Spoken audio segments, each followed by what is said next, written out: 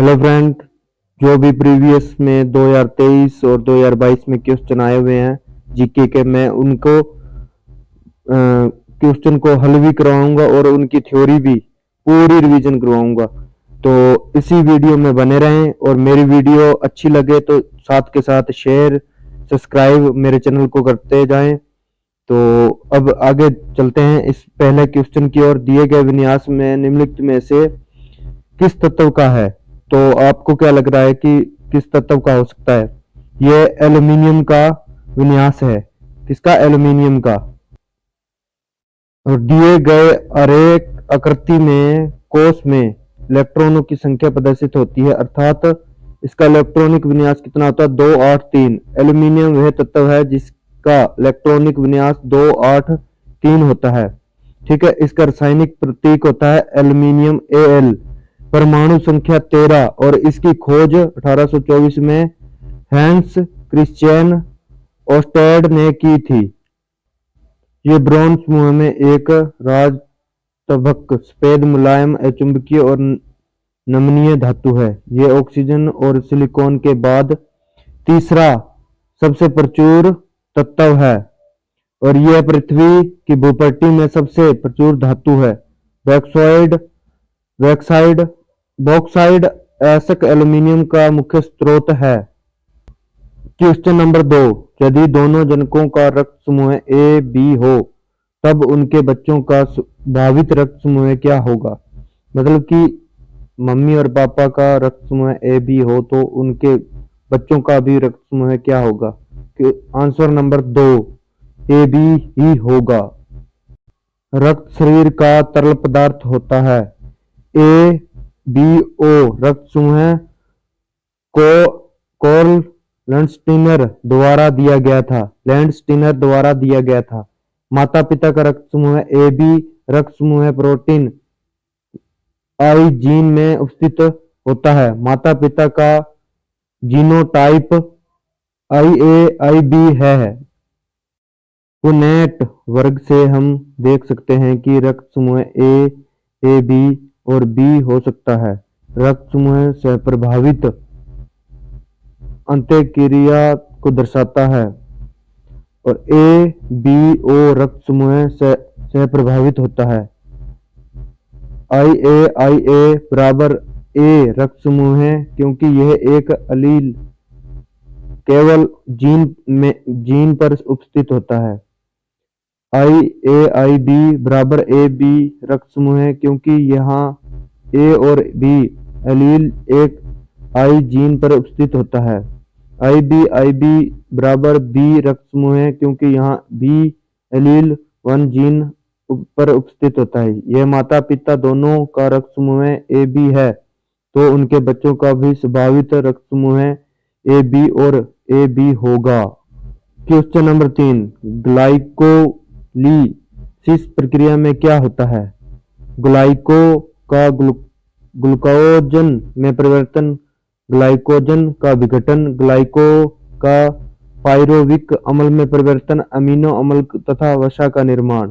इसका आंसर है ग्लूकोज का पायरोविक अम्ल में परिवर्तन। ग्लाइकोलिसिस एक साइटोप्लाज्मिक मार्ग है। यह ग्लूकोज को 2-3 कार्बन यौगिक में तोड़ता है और ऊर्जा उत्पन्न करता है। व्याख्या। ग्लाइकोलिसिस अवायवीय जीवों में यह श्वास की एकमात्र प्रक्रिया है। ग्लाइकोलिसिस कोशिका के केंद्रीय कोशिका द्रव में होता है।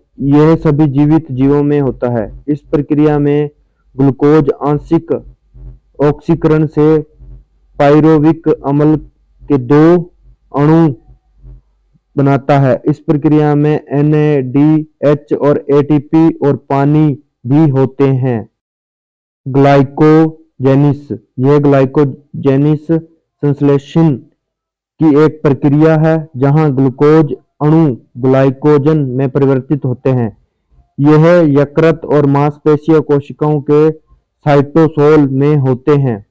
ग्लाइकोजेनोलिसिस यह एक जैविक रासायनिक प्रक्रिया है। यहाँ ग्लाइकोजन ग्लूकोज एक फास्फेट और ग्लूकोज में परिवर्तित हो जाता है। यह प्रक्रिया हेपेटोसाइट्स और मायोसाइट्स में होती है।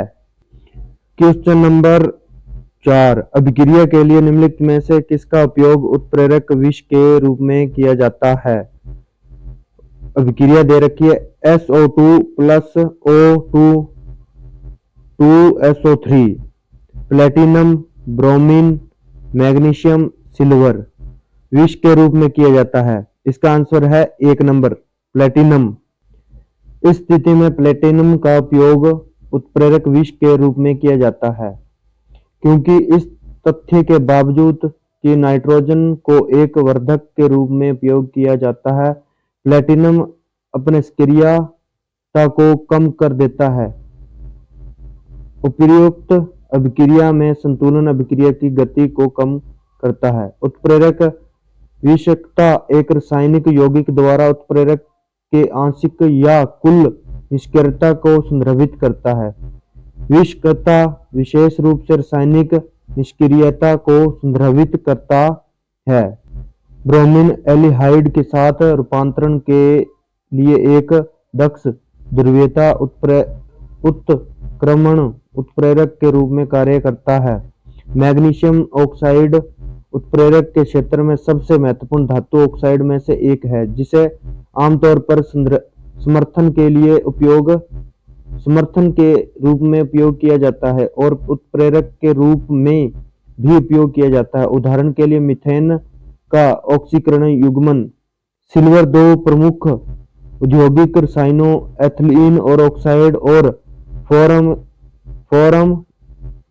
फॉर्मल्डिहाइड के उत्पादन में महत्वपूर्ण उत्प्रेरक है।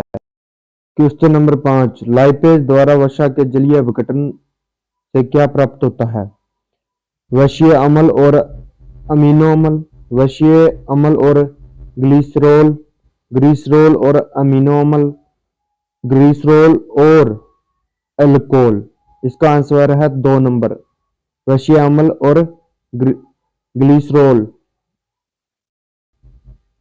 एंजाइम प्रोटीन युक्त होते हैं। यह जैव अणुओं को एक सरल अवशोषित करने योग्य रूप में विघटित कर देते हैं। अग्नाशय ग्रंथि लाइपेज को स्रावित करती है। वसीय अम्ल और ग्लिसरॉल लाइपेज द्वारा वसा के जलीय अपघटन द्वारा प्राप्त किए जाते हैं। छोटी आंत में ये बंधनों को तोड़ने में सहायता करते हैं और वसीय अम्ल और ग्लिसरॉल में मुक्त करते हैं। वसा के अणु में 3 वसीय अम्ल और ग्लिसरॉल अणु होते हैं। वसा एडिपोसाइट में संग्रहित होती है। एडिपोसाइट वसमय ऊतक में पाई जाने वाली कोशिका होती है। वसा का उपयोग शरीर के ईंधन के रूप में किया जाता है और यह शरीर की अपचयी अभिक्रियाओं के लिए ऊर्जा प्रदान करता है। ग्लिसरॉल एक 3 कार्बनिक अल्कोहल होता है। अल्कोहल एक OH युक्त हाइड्रोकार्बन यौगिक होता है। अमीनो अम्ल कार्बोक्सिल समूह अमीनो समूह से मिलकर बनता है। यह प्रोटीन या पॉलीपेप्टाइड का निर्माण खंड होता है। प्रोटीन का पाचन अमीनो अम्ल बनाने के लिए होता है। एंजाइम न्यूक्लियोसाइड्स शर्करा क्षारक अपघटन उत्पादन। Lactase glucose plus galactose, sucrose glucose plus fructose, maltase glucose plus glucose. Question number 6, oxygen को शरीर की सभी कोशिकाओं तक किसके द्वारा पहुंचाया जाता है? ऑक्सीजन को कौन लेके जाती है? लाल रक्त कोशिकाएं या श्वेत रक्त कोशिकाएं या प्लेटलेट्स या प्लाज्मा? तो ये लाल रक्त कोशिकाएं जो क्या लेके जाती है? हमारा हमारे शरीर में ऑक्सीजन लेकर जाती है। ठीक है। लाल लाल रक्त कोशिकाएं आरबीसी को एंथ्रोसाइट्स भी कहा जाता है और उनका जीवन काल 120 दिन होता है। आरबीसी द्वारा शरीर की सभी कोशिकाओं तक ऑक्सीजन पहुंचाई जाती है और आरबीसी की संख्या 4.5 से 5 मिलियन प्रति घन मिमी रक्त होता है। हेमोग्लोबिन को संयोजित करने के लिए इसमें एक केंद्रक और अधिकांश कोशिकाओं की कमी होती है। अधिक ऊंचाई पर रहने वाले लोगों में आरबीसी अधिक होता है। आरबीसी की संख्या में असामान्य वृद्धि से बहुलोहित कोशिका रक्तदान या पॉलीसाइथीमिया होता है और आरबीसी की कमी संख्या से अरक्तता होती है। श्वेत रक्त कोशिकाएं डब्ल्यूबीसी को ल्यूकोसाइट भी कहा जाता है और इनका जीवन 3 से 4 दिनों का होता है। वह संक्रमण के खिलाफ शरीर की प्राथमिक रक्षा है और उनमें केंद्रक होता है। आरबीसी में नहीं होता, डब्ल्यूबीसी में होता है। वह एक स्वास्थ्य वयस्क में कुल रक्त की मात्रा का लगभग 1% होता है। डब्ल्यूबीसी के प्रकार होते हैं granulocyte, eosinophil, neutrophil, basophil, agranulocyte, monocyte, lymphocyte. ऊपरी सीमा से अधिक ल्यूकोसाइट की संख्या में वृद्धि को ल्यूकोसाइटोसिस कहा जाता है और निचली सीमा से नीचे की कमी को ल्यूकोपीनिया कहा जाता है। प्लेटलेट्स को थ्रीमोसाइट भी कहा जाता है और यह अस्थि मज्जा में लगभग 2.5 लाख घन मिमी रक्त में बनता है। इनका जीवन काल 3 से 7 दिनों का होता है। यह रक्त स्कंदन बंद कर देते हैं और प्लेटलेट्स का मुख्य कार्य हेमोस्टेरिसिस में योगदान करना। इनकी कोशिका में कोई केंद्रक नहीं होता। प्लाज्मा में 7% प्रोटीन होता है जिसमें फाइब्रोनोजन, एल्बुमिन और ग्लोब्यूलिन शामिल है। यह रक्त के पीएच हाइड्रोजन की क्षमता का नियंत्रित करता है। लगभग 60% रक्त में केवल पानी होता है। कितने प्रतिशत रक्त में पानी होता है? 60%। यह छोटी आंत से पोषण तत्वों को शरीर के ऊतकों तक पहुंचाती है और अपशिष्ट पदार्थों को वक्र में वापस कर देती है। यहाँ से इसे बाहर निकाल दिया जाता है। प्रोटीन में एंटीबॉडी शामिल होती है जो शरीर की रक्षा तंत्र में सहायता करती है। वीडियो अच्छी लगी हो तो वीडियो को ज़्यादा से ज़्यादा शेयर करें, लाइक करें और मेरे चैनल को सब्सक्राइब करें।